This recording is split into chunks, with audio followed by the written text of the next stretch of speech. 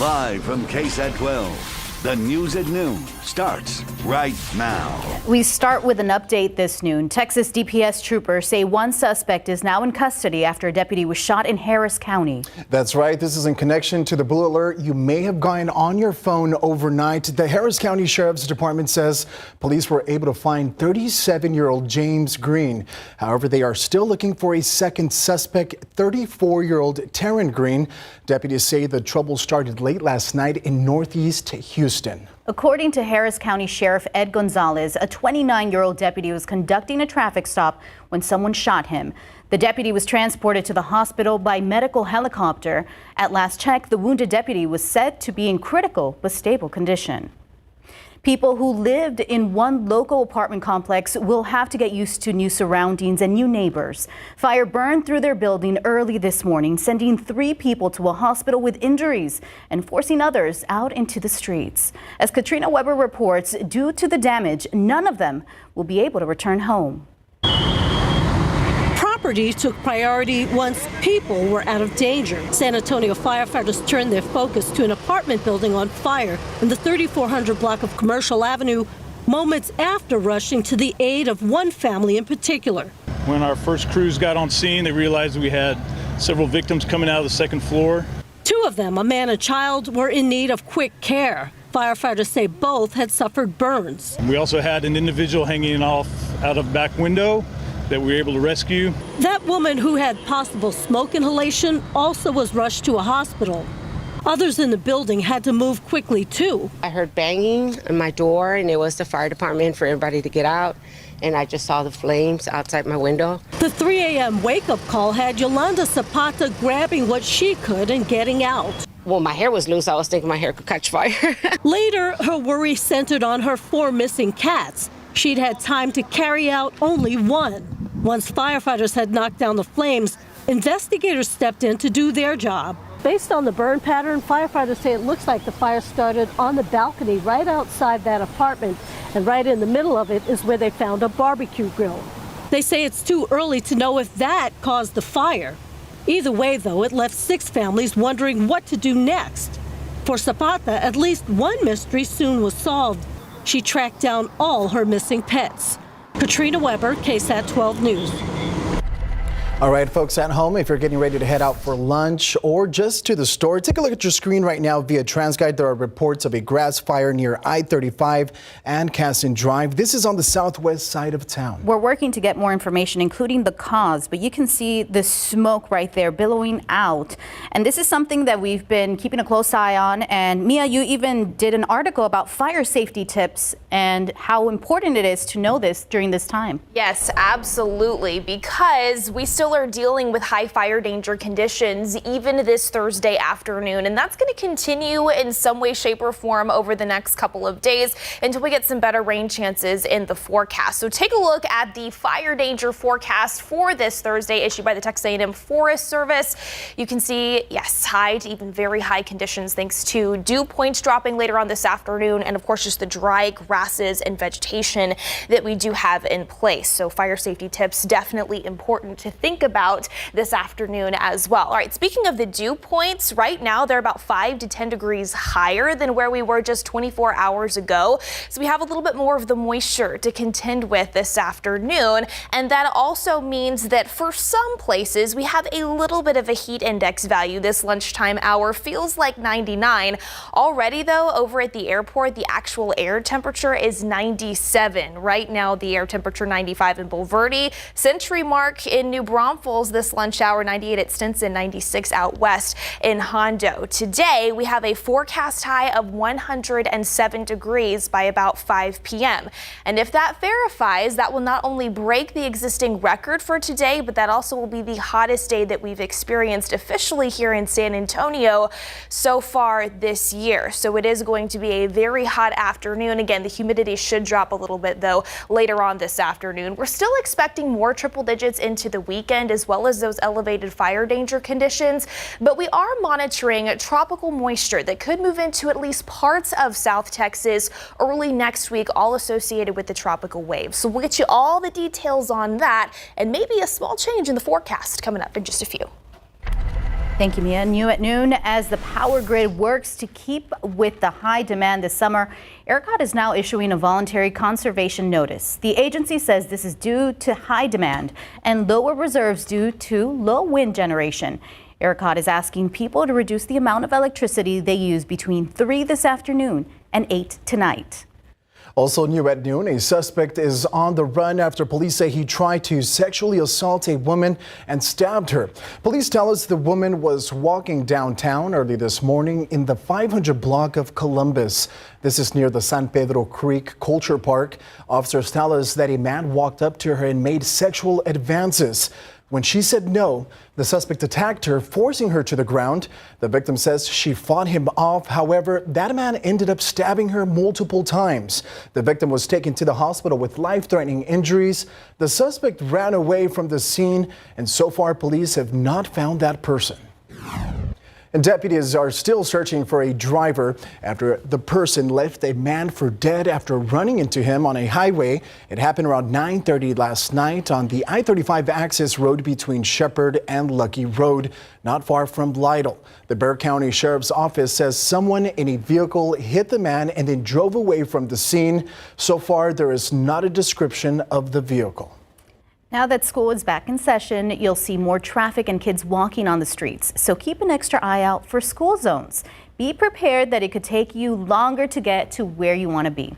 If you try to go too fast and an officer catches you speeding in a school zone, the fines start at $200. One officer with the San Antonio Police Department says speeding isn't worth the risk. A child being hurt, injured by a motorist that's speeding or not paying attention, those are all things that can be avoided, and we all need to do our part. SAPD says it's sending patrol officers near schools to look out for speeders. And new developments today in former President Trump's 2020 election interference case in Georgia. The Fulton County District Attorney says has proposed a trial date. ABC's Justin Finch reports this comes as Trump and 18 other co-defendants prepare to surrender to authorities by noon next Friday. This morning, all eyes on Georgia, where former President Donald Trump and 18 alleged co-conspirators have less than 10 days to turn themselves in to face charges in Georgia after a grand jury indicted them for allegedly playing a role in a criminal enterprise seeking to overturn the 2020 election results. Because he was seeking to obstruct the counting of the Electoral College votes, that's enough to go ahead and turn that into a criminal act. Fulton County District Attorney Fonnie Willis revealing she wants arraignments to take place in 3 weeks with a trial start date of March 4th, one day before Super Tuesday. If granted by the judge, the 2024 Republican frontrunner is looking at a jam-packed court schedule as he heads into the primaries. In the separate federal election interference case against Trump, the special counsel is asking for trial to start January 2nd. And for Trump's case in New York over hush money payments, trial is already scheduled for March 25th. Trump's legal team is likely to follow in the footsteps of his former chief of staff, Mark Meadows, and try to move his Georgia case to federal court. Federal removal is a very smart strategy. It's the first thing I do. Gets you a better jury pool, gets you likely friendlier judges. In Georgia, we're expecting unprecedented transparency. Unlike Trump's previous 3 indictments, cameras will be allowed in court and each defendant can be expected to be fingerprinted and photographed for a mugshot. Rudy Giuliani, who's facing 13 criminal counts in part for falsely accusing poll workers of stealing ballots, says he's preparing to turn himself in. Well, I'll pick a day next week, try to work out the conditions of bail. A new ABC News Ipsos poll out this morning finds 63% of Americans believe the charges out of Georgia are serious or somewhat serious. And about half of Americans believe that Trump should suspend his campaign, while about 33% say he shouldn't. Emwin, ABC News, Washington. Children aren't the only ones heading back to class. College students are streaming onto local campuses. A look at UTSA's move-in day as students prepare for the new semester. And Tiffany, get your pom-poms ready. High school football season is right around the corner, and one team is already gearing up for a very big season. The deadly Maui wildfires destroyed hundreds of homes across the island. I'm Melissa Adan. Coming up, we have a report on the federal response. The destruction is daunting on Maui as the death toll continues to rise following those raging wildfires. And officials say at least 111 people are confirmed dead, with hundreds more still unaccounted for. And now, as ABC's Melissa Don reports, we're starting to learn more about what may have caused those first flames. New video raising questions about the cause of the deadliest wildfire in modern U.S. history. The security camera captures what could be an early trigger. We got there and it's like infernal. I mean, winds gusting to 50 to 70 miles an hour. Ambers are flying over. A day earlier, on August 7th, a witness describes a flash that might be a tree falling on a power line. It's windy and then there's a flash, and I think that's when a tree's falling on a power line. The power goes out. By 5 p.m. the next day, Lahaina's historic Front Street up in flames. We're like in the car and a whole tree is on fire and we're just like, I was like, oh my God, we're gonna die. The power company saying they are still investigating what triggered the fire, adding the cause has not been determined. More than 100 killed, hundreds more still unaccounted for, including 28-year-old Paul Makai Torres Lozano, missing since last Tuesday. I want to hang on to the hope that he's alive. With the flames now extinguished, residents assessing the damage, so many left with nothing. Groups across Maui now mobilizing supplies as the cleanup effort begins. We're going to go out and make sure our family's okay and deliver goods to everybody. FEMA, Red Cross, and the military all on the ground. I can tell you it's going to be a long and costly recovery. President Biden vowing to keep the help coming. But we'll be with you for as long as it takes, I promise you. On Monday, the president and first lady have plans to visit Maui. FEMA has promised full support for those who have lost everything, urging those survivors to sign up for aid. Melissa Don, ABC News, Maui. And taking a look outside with live cam, it is 98 degrees and Mia, I can feel the heat just through the screen. Just looking outside, right? We've got nothing but blue skies out there. Plenty of sunshine is going to take us into this afternoon, helping those temperatures climb to about 107 here in San Antonio. All right, to look at the aquifer level for today, only down 1/10 of a foot. 626.1 is the reading, but we're still about 30 feet below the average. Not too shabby when it comes to the pollen count. The only allergen out there, molds, and they are low at 400. All right, coming up, yes, we're going to talk about more triple digits that continue into this weekend, but maybe some better rain chances into early next week after the break.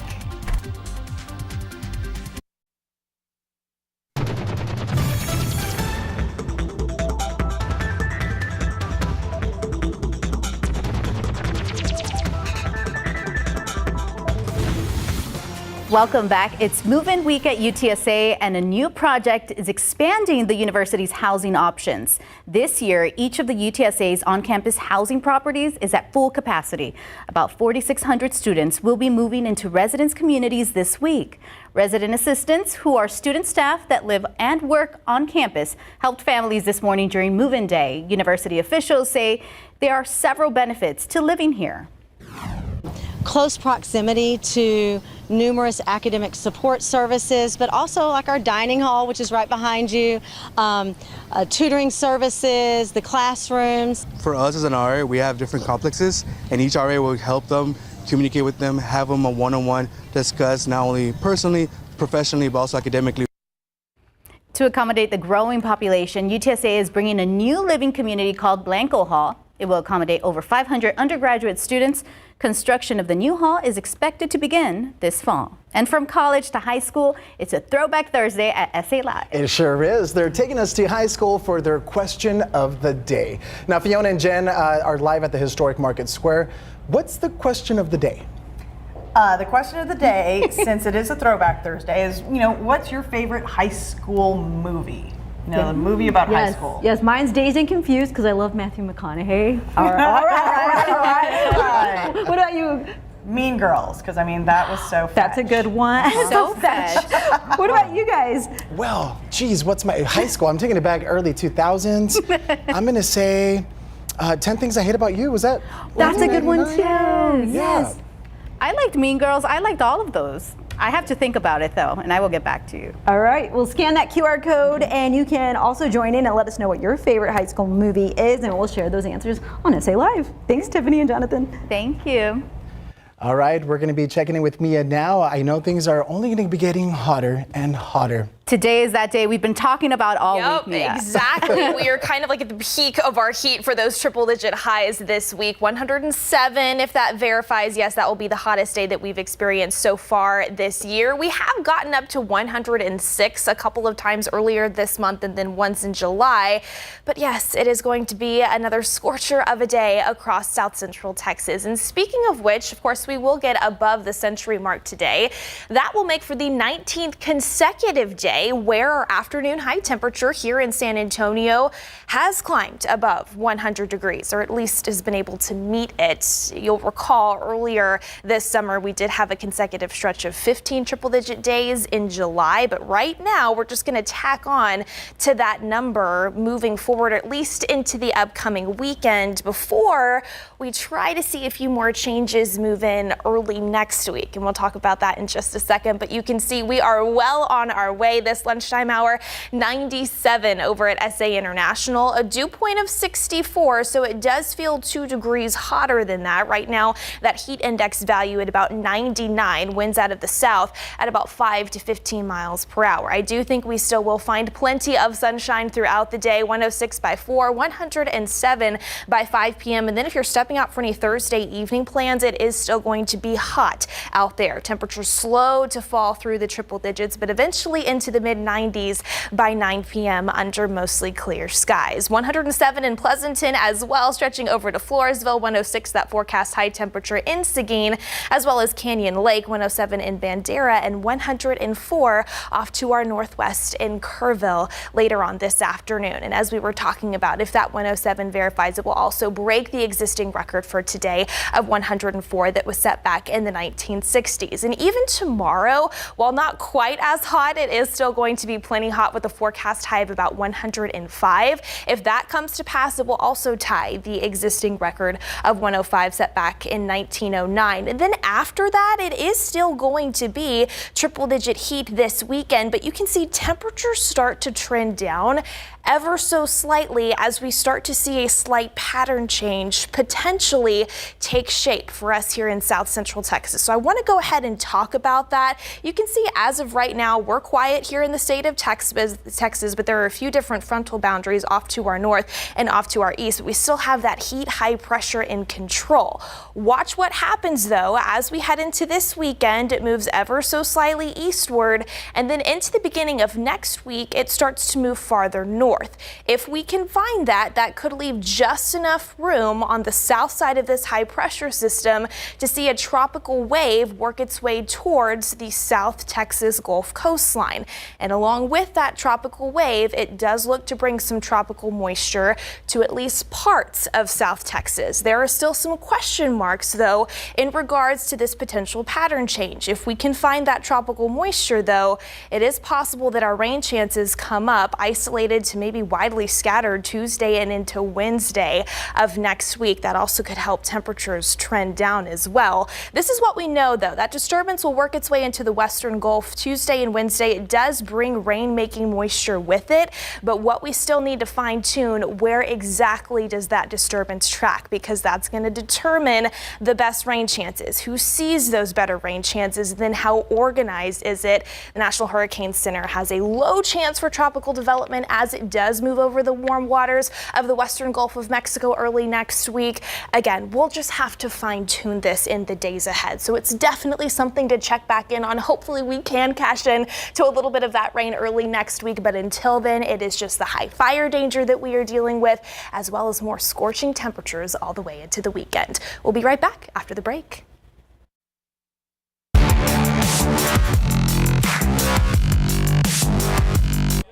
As we gear up for the high school football season, we're continuing our BJC previews with one of the newer programs in town, the Piper Warriors. Led by head coach Nick Rogers, the Warriors went 2-8 overall last season. It was their first varsity campaign, and they finished 2-4 in District 13 5A Division II.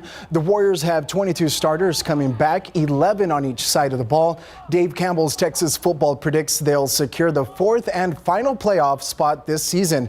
On top of all of that, this year marks the first senior class, and those players are pumped and ready to leave their mark.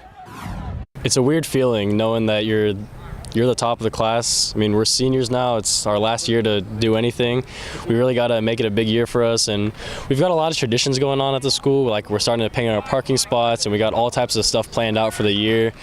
We're just trying to set traditions and set standards that we want to have go on for the rest of Piper's history. It's a great feeling. I'm excited to really lead the younger groups in the classes and really show them what Piper football is all about. You know, just bring a lot of traditions this year and hopefully start them off for years to come. It feels great. It looks more like it's supposed to look, having these seniors. So it's been challenging the last 2 years, opening with 9th and 10th graders, and then playing our first varsity season last year with no seniors, you know, and half of a junior class, if you will. So they faced a lot of adversity. The thing that I'll say about our kids is that they know how to battle, they compete, and so we're really excited to see what they do this year. Piper will open the season on the road at Leander Glen Friday, August 25th at 7 p.m. A recall alert involving dehumidifiers. The U.S. Consumer Product Safety Commission says the products could be dangerous and create a fire hazard. What products are part of the recall in the next half hour?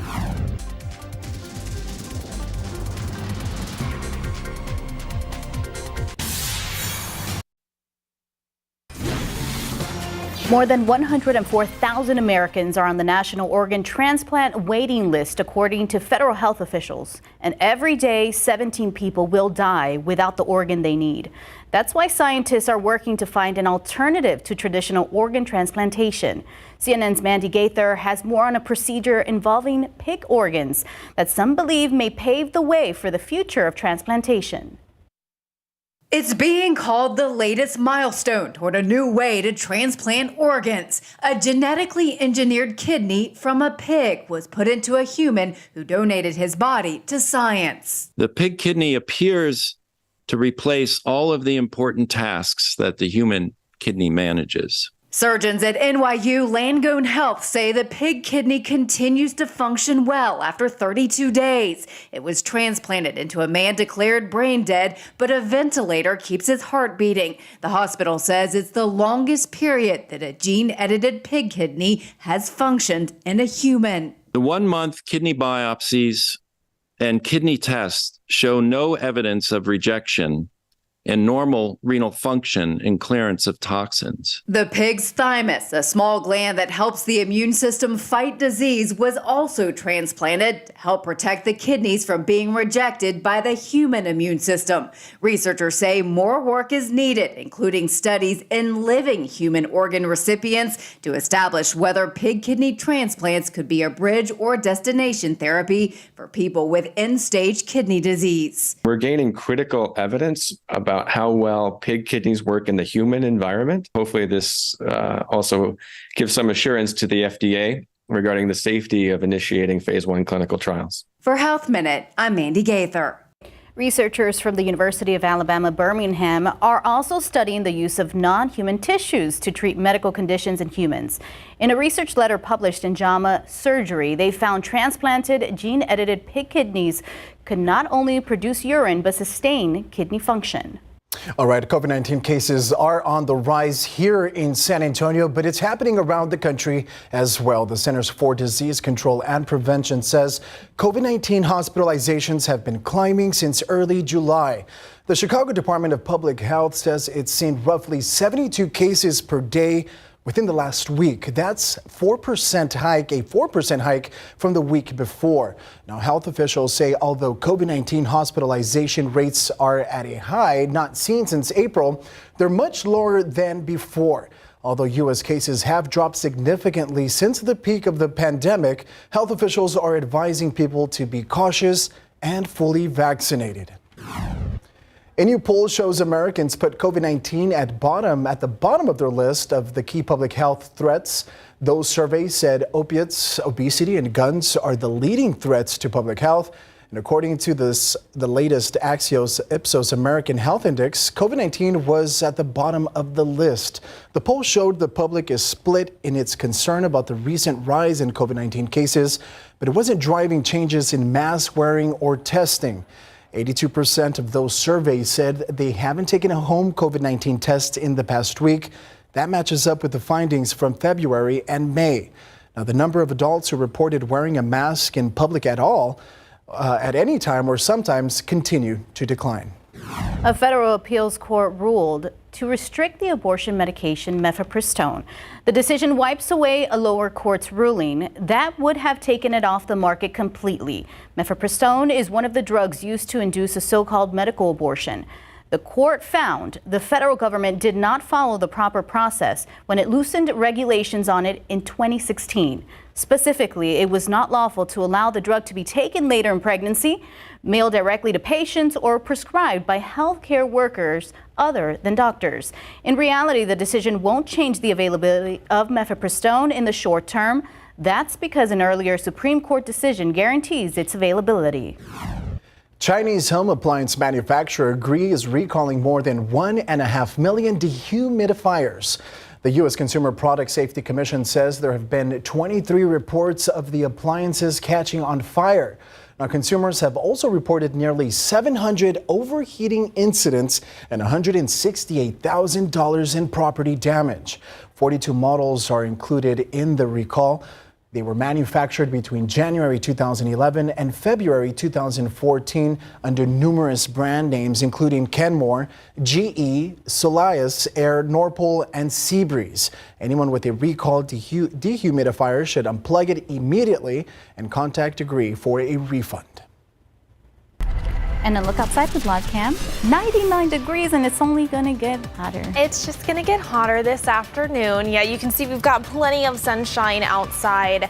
That is still going to be the theme for most of us this afternoon. Another triple-digit day on tap here for San Antonio. And again, we're gonna continue that trend over the next few days, but then maybe see a little bit of a break early next week if we can find some of that tropical moisture in our neck of the woods, which could translate to a few slightly better rain chances. But first, let's talk about that heat. Get you a look outside. With those current temperatures, 100 degrees already in places like Pleasanton, stretching down to Cotulla, already 102 out west in Eagle Pass. Del Rio, close to it, 99. It's currently 95 in Rock Springs, 99 out east in Gonzales as well. If you're stepping out later on this afternoon to pick up the kids from school, do know that yes, it is going to be very hot out there. 107, that forecast high here in San Antonio by 5 o'clock. And then stepping out for any Thursday evening plans, we'll see those temperatures gradually fall into the low 100s by about 7 to 8 p.m. and then into the 90s later on this evening. By the way, today will make for the 52nd triple-digit day that we've seen so far this year, currently in the fourth highest spot for the highest number of triple-digit days that we've seen in a given year. We're just going to tack on to that, though, as we head into our Friday. 105 could potentially tie the record for tomorrow as well. And then, yes, maybe trending down by a degree or two, especially by the back half of the weekend and into early next week. So we're going to talk about the potential changes headed our way in more depth coming up in just a bit, as well as get you to look at the latest drought monitor that was released earlier this morning. We'll have all that for you in just a few. Thank you, Mia. Now, as gas prices hit 10-month highs, Citigroup is warning that major hurricanes could massively disrupt supplies. According to AAA, gas prices climbed to an average of $3.88 a gallon across the country today. That's a 31-cent increase from just a month ago. The summer gas price spike has been driven by a combination of easing recession fears, production cuts by Russia and Saudi Arabia, and extreme heat. But that same heat could worsen hurricanes and further disrupt supply. Citi says, quote, 2 Category 3 or higher hurricanes landing on U.S. shores could massively disrupt supplies for not weeks, but months. And now to the recovery efforts on Maui. We saw from the start how the community banded together in the wake of devastation. ABC's Becky Worley, who is from Maui, has more on the incredible stories of how people are jumping in to help their neighbors. From the first wisp of smoke, the people of Maui reached out to help each other. Strangers helping each other through the fire. And when the flames were extinguished and the extent of devastation in Lahaina revealed, Maui stunned, heartbroken, but committed to the next phase of help. How many vehicles? Tiare Lawrence and the Hawaiian Canoe Club creating a convoy of supplies, including some of Tiare's family members from Lahaina, just evacuated. They lost everything. Through it all, we're gonna go out and make sure our family's okay and deliver goods to everybody. But thank you so much, you guys. I really, really appreciate all the aloha. Groups all across the island mobilizing supplies, gas, water. I head out with Mauians delivering food and water to the impacted neighborhoods north of Lahaina, where evacuees are being housed, even though they have no electricity. We find ad hoc distribution centers being staffed by residents and firefighters from Maui and other islands. Down on the beach in Kahana, the necessities. That's the other boat coming in. Much of it coming in by boat from the island across the channel. Water, clothes, baby formula, diapers, it's all been boated in from Molokai, which is right across the channel here. You know they were coming? I just made one call. You made one call, and Molokai just showed up. They all showed up. The contrast here, so extreme. The beauty of the place and the beauty of this community coming together in the face of an unspeakable disaster that will forever change Maui. Another milestone for the Barbie movie, how its ever-growing fan base pushed to reach new heights and dethrone an iconic superhero. And it's a must in Texas, adding a bucket stop to your road trip itinerary to grab some snacks. Now a company wants to turn that into a job. Details after the break.